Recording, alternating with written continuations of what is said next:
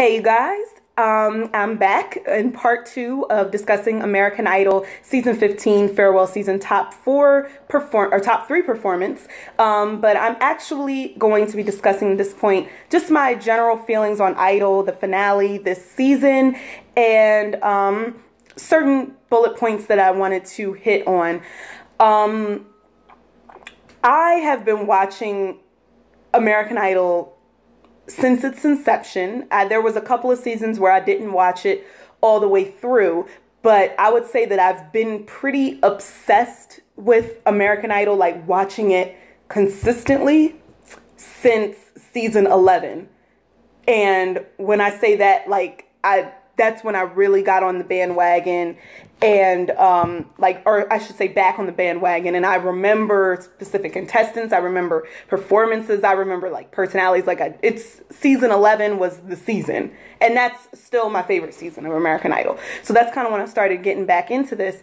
And I think that this season 15 might be one of the worst seasons in the last couple of years, just because of the fact that this being their last season, I would think that they would want to do it up and really show American Idol really show the world, the country, why American Idol was such a big hit and has been around for 15 seasons. And instead they chose to dial it in. And I feel bad for the contestants for that, because there's no Idol tour. The final season of American Idol, and there's no Idol tour. There's a lot of opinions about that, they didn't have enough money, or that tour hadn't been generating funds in the past couple of seasons, so they're not doing it. Since this is the last season and the tour was used to promote auditions for the next season, then they decided not to do it. All of that is bullshit to me. You want to know why? Because I feel like it should be a rite of passage for the contestants. It's great experience for one. And I think somebody put it somewhere. I don't know if it was just a regular comment or Michael Slezak or MJ from MJS Big Blog, but it gives them a chance to make some money. After the show, after the show this time, they're just gonna go back home and work their day jobs. They need something to make money. I think it's just messed up. Even though I didn't actually go to the Idol tours, if I would have went to any of them, season 11 would have been the one that I would maybe have attempted to go to. But it's not about that. I think that it's great for the contestants to have gotten that experience and to perform in front of a crowd with their friends without the pressure of judging and voting and wondering whether you're going to be there the next week. It's a lot of fun in that. And I think that the production and everybody involved with Idol is depriving the contestants of that, just on the basis of just money. You still fucking give J-Lo fucking $15-60 million. I'm sorry, I'm getting a little bit heated because they're talking about how they don't have the budget, but yet they pay these judges, specifically J-Lo, so much goddamn money. So the last season, they could have really made it about the contestants, and I think that there still should have been a tour. So I'm salty about that. I'm salty that they didn't start doing the iTunes recordings until top 5 week, which usually they start at least at top 10. And a couple of seasons ago, they used to record all of their songs. They even started, if there was a top 12 or top 13, they would record all the songs. If they did more than one song in that week, this week they did 3 songs, they would record all 3 songs. So they stopped doing that, I think, around season 12. Candace's season was the last season that they recorded all of the songs that they did throughout the live shows. And season 13 was still pretty good, but the times that they had to perform 2 songs or more than 1 song, that they didn't record all of them. But starting last season is when the iTunes stuff got kind of bogus, and I didn't like that, because again, I think recording in the studio is great experience, working with producers, working with engineers, and it's contestants that are on the show that have never recorded in a studio. And I think once you get to the live rounds, again, like the tour, I feel like that should be a rite of passage. I think that that's something, that they should do, instead of working with who was it? The King of the Vine or something, or that yoga girl from last week or whatever. They could have been in the studio recording. I don't understand this mess. It's stupid. Scott Borchetta. Yeah. I think I was more okay with him last season. This season, he really, really, really kind of rubbed me the wrong way, and a lot of people the wrong way. He definitely picked favorites, and, you know, I guess I kind of get it because it's your label, and at the end of the day, you want the person that you want to work with on the label, but also it's American Idol, and it's America's choice. And if America selects someone that maybe you are not that comfy cozy with, then whatever, that's what you have to deal with. If that was the case and you were so picky about that, then they maybe shouldn't have hired you as the mentor, and they shouldn't have used Big Machine as the label for the Idol winner if he doesn't believe in all of the top 10 contestants. Because I think that if that's the case, and it could be either of them that win, he needs to believe in all of the top 10 contestants to a certain extent. And with him being in the mix ever since Hollywood Week, I don't really understand that. So, Scott, okay, moving right along. So the judges as a whole was kind of a wash this season. I mean, I feel like they weren't like their normal, you know, selves in terms of like the critique. They were kind of dialing it in on the critiques, and we all know how horrible their picks and some of the people that they let go during Hollywood Week didn't sit well during Top 24 Week. And that's not all the judges' fault. That's, you know, production's fault. It's probably Scott Borchetta's fault, because, you know, the judges didn't have all of the say in that. They probably didn't really have any say when I think about it in hindsight. So I'm just like, why do we need the judges? If the producers essentially are going to make all the decisions, why did we even need the judges? But American Idol's not coming back, so it doesn't matter. So that was my issue with the judges and the production. It was just a hot mess. I hated the double eliminations. This is the first time Idol has ever done a double elimination every single week. Like in the beginning, like down from 10 to 8 to 6. Like, it was already moving so fast. We were already going to be racing to the finals. Like, I would have rather them have eliminated one person per week, maybe until like the top 6. Wait, no, I take that back.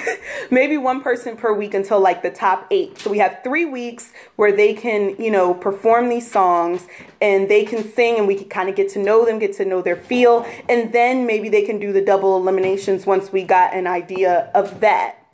But I just feel as though, you know, it was so rushed, and so many of the contestants didn't have enough time to really grow. And people like Avalon and Olivia Rox, you know, they should have made it a lot farther in the competition, and they were shortchanged because of the schedule and because of the double eliminations. Like, even though like Fox had this schedule or American Idol had this schedule, they still could have structured it differently, like shorten Hollywood Week or shorten this. Like, I like the live shows. The live shows, shorten the auditions for one. I love the live shows. It's my favorite part. A lot of people love the auditions and then they don't watch the rest and stuff like that. I'm not that person, so I'm always game for shortening the audition process. I'm always game for that, and it being to be able to extend the live shows.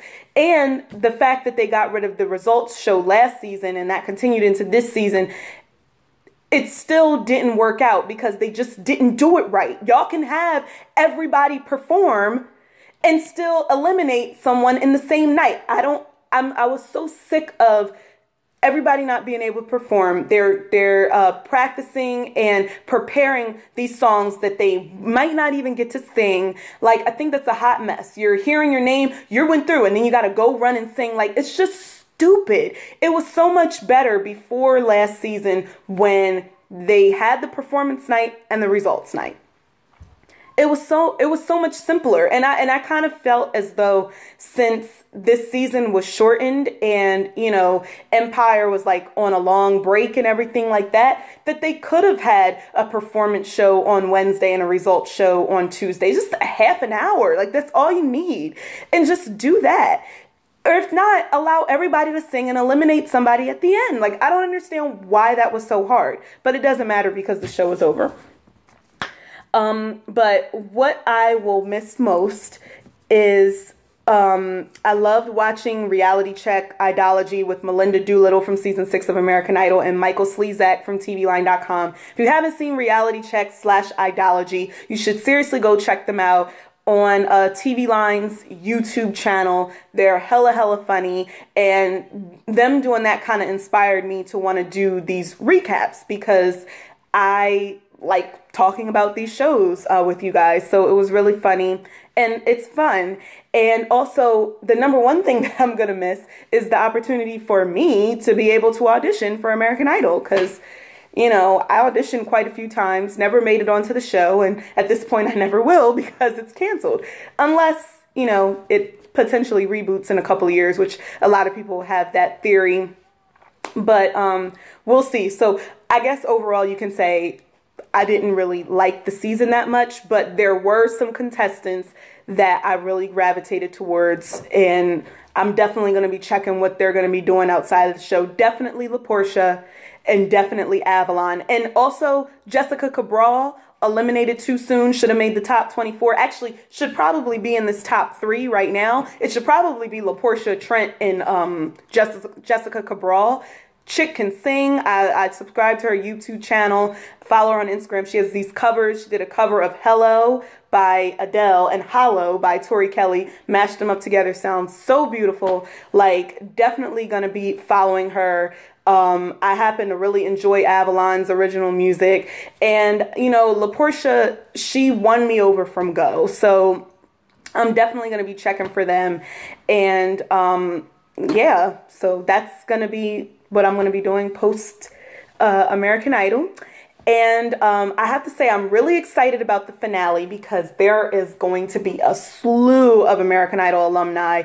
All of the winners are going to be back except for Philip Phillips, who has some type of lawsuit with 19 Entertainment and everything like that. So can't really do that. But it's going to be like 40 to like 75 Idol alums coming back and performing and doing medleys. And I mean, it's only going to be a 2-hour show. I don't know how they're going to fit all of this in 2 hours, but from what I understand, there's not going to be a lot of like other celebrities. Like, you're not going to see performances by like Chris Brown or, you know, like just any random artist. It's going to be American Idols. And I think that it should be like that. I know that Kelly Clarkson is doing a medley of songs. She pre-taped it because, you know, she about to pop because she's pregnant with that baby.